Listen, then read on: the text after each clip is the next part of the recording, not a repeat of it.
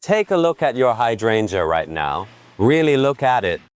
The flowers are basically finished. They're still hanging there, but the beautiful blue or pink color has faded away, leaving behind papery blooms in dull shades of green and brown. On hot days, the leaves may start drooping by 3 in the afternoon. The entire shrub looks tired, like it has already done everything it's going to do this year. So naturally, you stop paying attention to it. The show seems over, and there are plenty of other things in the garden that still need your time. But that's the mistake. And it's not a minor one. Because right now, during these final weeks of summer, something is happening inside your hydrangea that you can't see. The plant is already building next June. It's forming the flower buds that will become the entire display you see next year. Every bloom you get next summer is being determined this month, and the outcome depends heavily on how that plant is living right now. Here's the part that should get your attention. If a big leaf or oak leaf hydrangea dries out during this critical period, becomes severely stressed by heat, or gets cut back, it doesn't simply produce fewer flower buds. Bud development can stop altogether. And if the plant fails to set those in August, it doesn't bloom the following spring. Not fewer flowers. No flowers. That explains a mystery many gardeners have experienced without ever realizing what caused it. You can have 2 years of spectacular blooms, followed by a spring when the shrub grows into large, healthy, glossy green plant without producing a single flower. And nobody seemed able to explain why. Think back to the summer before that flowerless spring. Was it unusually hot? Was it dry? Did the plant go without regular watering? The cause and the result can be separated by about 10 months, which is exactly why so few people ever connect the two. That's why August is so often misunderstood when it comes to hydrangeas. The biggest mistake usually isn't doing something obviously wrong. It's stopping. You stop watering. You stop checking. You stop paying attention during one of the most important months of the entire year. There are 4 things your hydrangea needs from you in August, and one of those 4 is something you absolutely should not do. But before getting into that, you need to understand what's actually happening inside those stems. Here's the idea that changes the way you should think about hydrangeas in late summer. A hydrangea flower isn't created in spring. It's created now. Then it waits. On hydrangeas that bloom on old wood, including big leaf, mountain, and oak leaf types, the flower buds develop in late summer on stems that grew during the current season. Each bud begins as a tiny swelling tucked in the point where a leaf joins the stem. Then it stays there. The flower is already formed, but completely hidden from you. It remains inside that stem through fall, through winter, through frost, after frost, until spring finally signals that it's time to open. So when you're admiring a hydrangea flower next June, that bloom may already be about 9 months old. It was created back in the heat of August, during the exact period when you may have stopped paying attention to the plant. Once you understand that, the entire purpose of August care becomes different. Every drop of water your hydrangea receives this month is more than simple maintenance. It's an investment. You're not just keeping a tired shrub alive until fall. You're supporting next summer's flowers while the plant is actually making them. And that's also why August can be the most dangerous time of year to grab a pair of pruning shears. We'll get back to that. For now, remember this one sentence. In August, you're not just caring for the plant you see today, you're paying for the flowers you want next year. And before we go farther, tell me what kind of hydrangea you're growing. Big leaf, panicle, smooth, oak leaf, or mountain. If you don't know the variety, just describe the shape of the flowers. Now let's talk about the most important thing you can do. And fortunately, it's incredibly simple. Water your hydrangea as though next June depends on it. Because it does. If you remember only one thing from this entire discussion, make it this. To understand why watering matters so much, you first have to understand the way hydrangeas are built.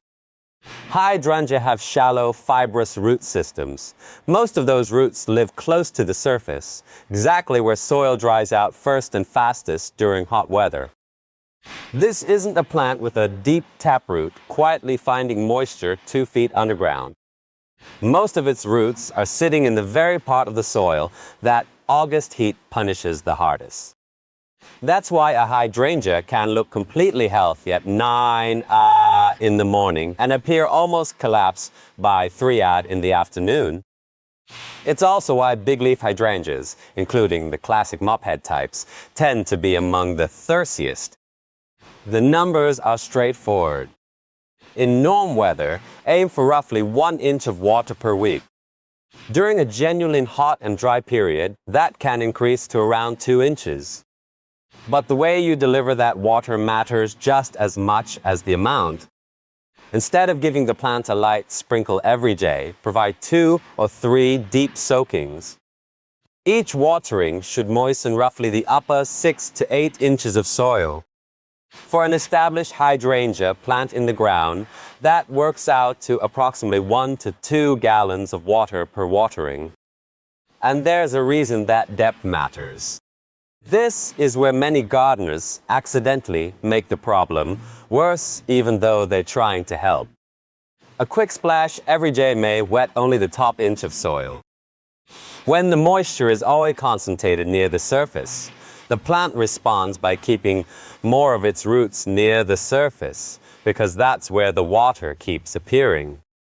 You've taken a naturalist, shallow-rooted plant and encourage it to become even more dependent on shallow moisture.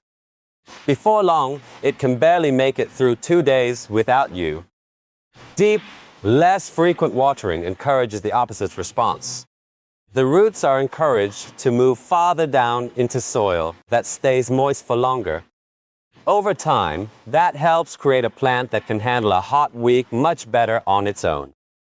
There are 3 watering details worth getting right. First, water the soil at the base of the plant. Don't spray water over the entire shrub.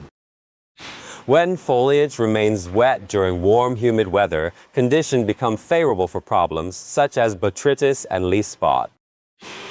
Wetting the leaves unnecessarily gives fungal disease exactly the environment it prefers.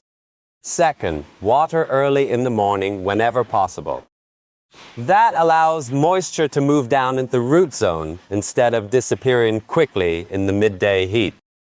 It also means the plant begins the hot part of the day with a full supply of moisture. Third, if you want a more automatic system, place a soaker hose or drip line around the base. Slow-moving water has time to soak into the soil. Water applied too quickly is far more likely to run off. Now here's the test that keeps you from guessing. It's worth remembering because hydrangeas can be extremely misleading. They often wilt dramatically during hot afternoons. It can look severe enough to make you immediately reach for the hose. But afternoon drooping doesn't always mean the soil is dry. Sometimes the leaves are simply losing moisture faster than the roots can replace it. Once the temperature drops and the sun goes down, the plant often recovers without any help. So don't judge your hydrangea by what it looks like in the middle of a hot afternoon. Judge it in the morning. If your hydrangea is still wilted around 8 in the morning after it has had an entire cool night to recover, then the plant is genuinely dry and likely needs water. On the other hand, if it looks upright and healthy in the morning, but starts drooping around 4 in the afternoon, that can simply be normal summer behavior. Leave it alone unless the soil tells you otherwise. Then confirm what you're seeing with your finger. Push your finger about 2 inches in the soil near the base. If it's dry at that depth, water deeply. If it still feels damp, walk away. That's the basic routine. Give the plant a deep soaking 2 or 3 times each week when conditions require it. Water at the base. Do it in the morning when possible. Watch how the plant looks in the morning rather than panicking over afternoon wilt. And confirm the need for water by checking the soil 2 inches down. A hydrangea doesn't wilt because it's being dramatic. It wilts because much of its root system is living in one of the driest layers of your garden. Now we need to deal with another question, because everything that comes next depends on something I can't determine for you. What type of hydrangeas do you actually have? This matters enormously when we start talking about pruning. In August, the correct answer can be completely opposite depending on the variety. On one hydrangea, making a cut now can remove practically all of next summer's flowers. On another, the same cut may cost you very little. Same pruning shears, same afternoon, same garden, completely different result. And that difference comes down to something many gardeners have never identified. The same problem applies to nearly every major hydrangea question. When should you prune it? Can the flowers change color? Why isn't the plant blooming? Those questions don't have one universal answer. The correct answer changes depending on which hydrangea type you're growing. That's why generic hydrangea advice fails so often, and why people end up thinking these plants are much more difficult than they actually are. That's also why I put together a detailed hydrangea guide that separates all 6 types and helps identify them quickly. It includes a pruning calendar organized by type so you know when it's safe to cut without accidentally removing your own flowers. It also explains what actually drives flower color changes, including why payhet itself isn't the real reason, despite what many people have been told, along with 5 common myths that can waste an entire growing season. The guide is 29 pages, costs an MDF, and includes a 7-day money-back guarantee. You can find the link in the description. And it includes the information that often gets left out when somebody is trying to sell you a product. 4 of the 6 hydrangea types can't change flower color at all, no matter what you pour around them. And fertilizer will never solve a hydrangea that refuses to bloom. Because a guide that only tells you what to do, without explaining what not to do, is only giving you half the information. Now let's talk about pruning. For many of you, the correct August pruning instruction is extremely simple. Walk away. Put the shears down. That may sound strange in a discussion about what your hydrangea needs, but pruning at the wrong time is one of the most destructive mistakes a well-intentioned gardener can make. And August is exactly when it tends to happen. The flowers have turned brown. The shrub looks messed. You want to clean it up. The temptation is strong. But if you're growing a hydrangea that blooms on old wood, remember what's happening inside those stems right now. Next summer's flower buds are formed at the joints where the leaves meet the stem. They're hidden. You can't see them. There's nothing obvious on the outside of the plant telling you those future flowers are already there. So you walk outside with your pruning shears. You cut away the unattractive brown flower heads. Then, while you're already working, you take a little more off to improve the shape. And without reeling it, you drop next June's flowers on the ground. The consequence doesn't appear for another 10 months. That delay is why the lesson is so difficult to recognize. Next spring, the shrub may leaf out beautifully. It can look green, vigorous, healthy, and completely normal. But there are no flowers. Then you blame the winter, or the soil, or bad luck. when the real problem happened the previous August. So here's the dividing line that determines what you should do. If you have a big leaf, mountain, or oak leaf hydrangea, put the pruners away.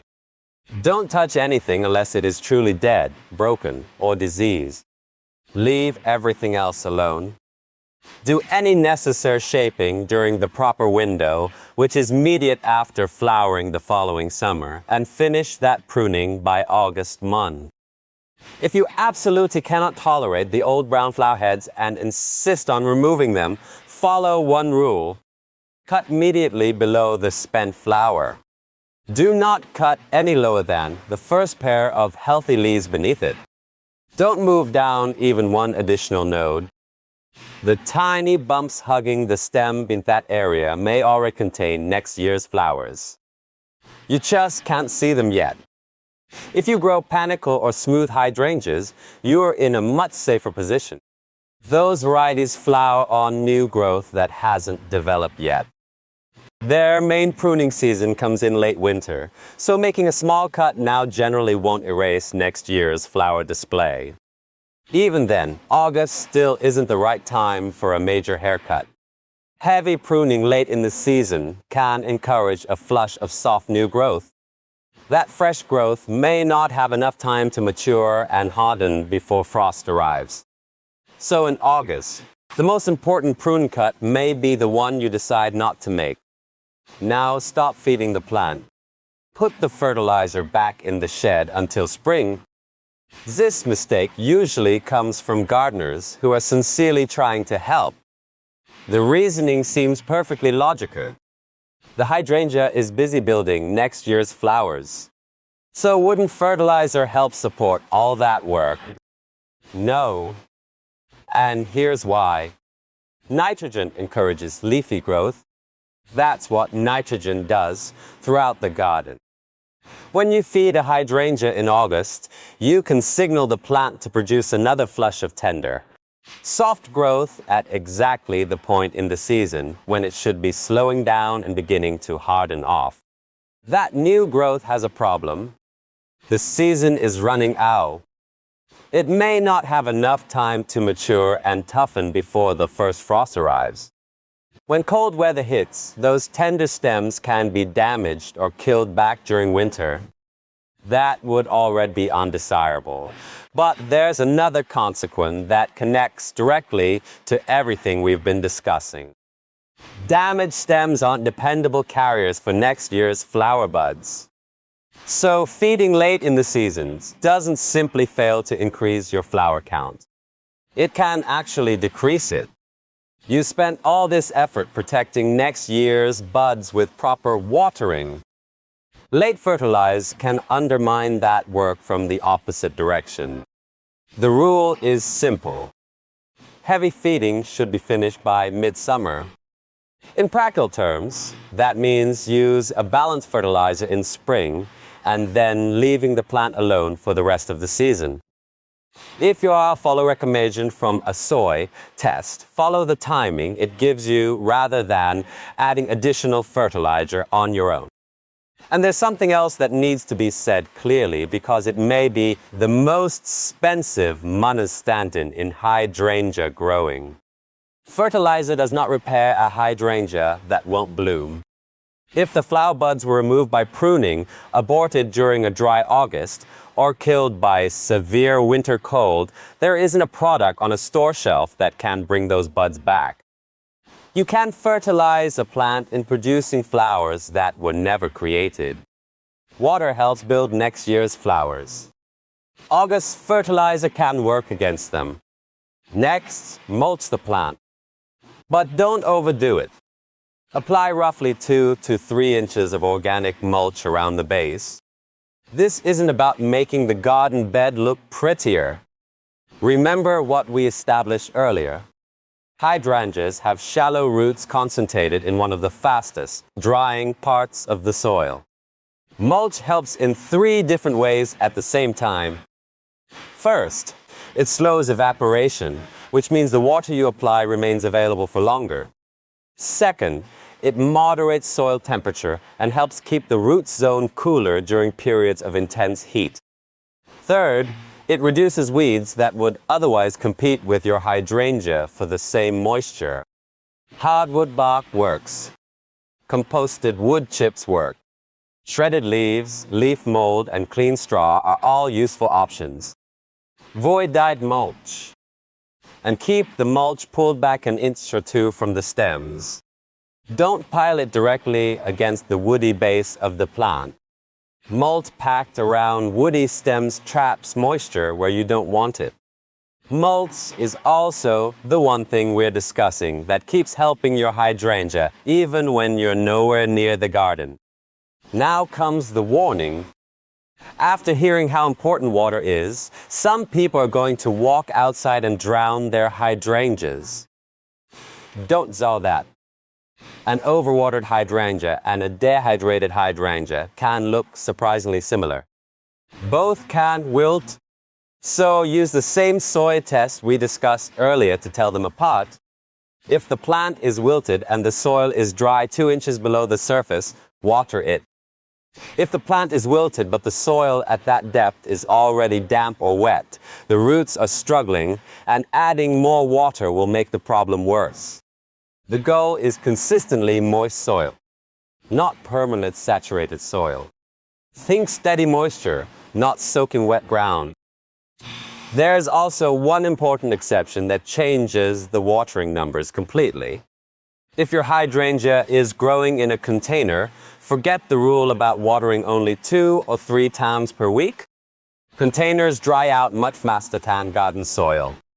During genuine August heat, a hydrangea in a pot may need water every single day. So don't follow a fixed schedule. Check the soil daily with your finger. When watering, continue until water drains from the bottom of the container. And never allow the pot to sit in a saucer filled with standing water. For hydrangeas planted in the ground, you can water according to a general rhythm. For hydrangeas in containers, water according to what you find when you inspect the soil. And now for a bonus. August is also one of the best times of the year to make more hydrangeas for free. It fits perfectly with everything else we've been talking about, because this is another task you perform now that rewards you much later. Hydrangeas root easily enough that propagation is genuinely reliable rather than something you have to treat like a gamble. Here's the process. Choose a non-flowering stem and take a cutting roughly 6 inches long. The fact that it isn't flowering matters. A stem supporting a bloom is already directing energy toward that flower instead of putting that energy into root production. Make your cut just below a node, which is the point where the leaves attach to the stem. Remove the lower leaves completely. Then look at the 2 leaves remaining at the top. Cut each of those leaves in half across the middle. It may look harsh, but there's a reason for it. At this stage, the cutting doesn't have roots. That means it can't replace moisture being lost through its leaves. Reducing the leaf area helps prevent the stem from drying out before it has enough time to form roots. Insert the cut end into moist perlite and peat, or use another gritty free, draining growing mix. Then loosely cover the cutting with a clear plastic bottle that has had the bottom removed. The bottle helps maintain humidity around the cutting. Place everything somewhere bright but protected from direct sunlight. That part matters. Direct sun can turn the clear bottle into a tiny greenhouse, and the heat inside can cook the cutting in a single afternoon. Keep the growing medium lightly moist. Then be patient. That lid cutting can eventually become the same kind of hydrangea that might cost around $30 at a garden center, and you made it from a piece of stem that would otherwise have remained on the plant. That's the pattern with almost everything you saw for hydrangeas in August. The work you saw this month doesn't reward you this month. The payoff comes later. Before we finish, send this information to someone you know who has a large, healthy hydrangea that didn't produce flowers this year.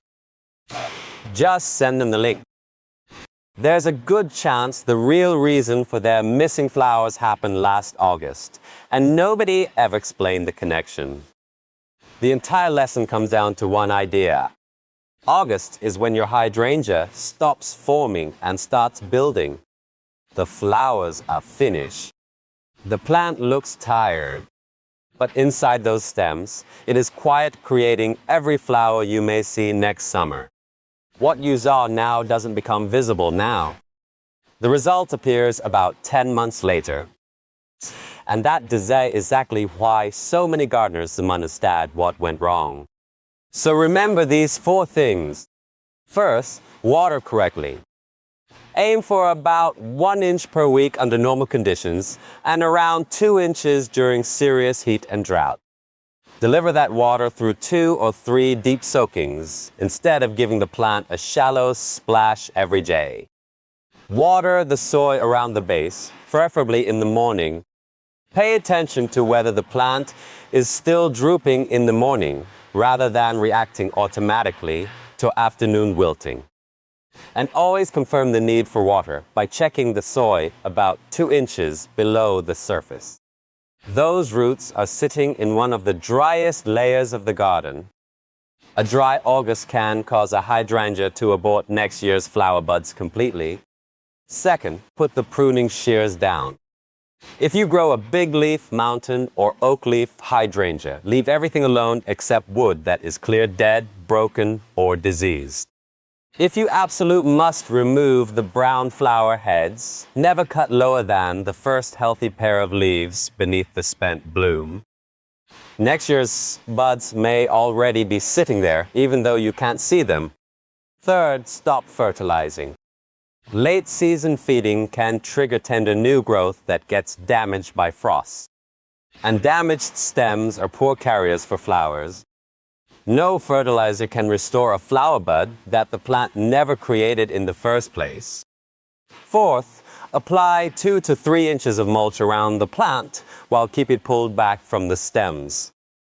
That mulch continues conserving moisture, moderating soil temperature, and suppressing weeds even when you aren't outside working in the garden. Do those 4 things correctly, and you give next June the best possible chance to take care of itself.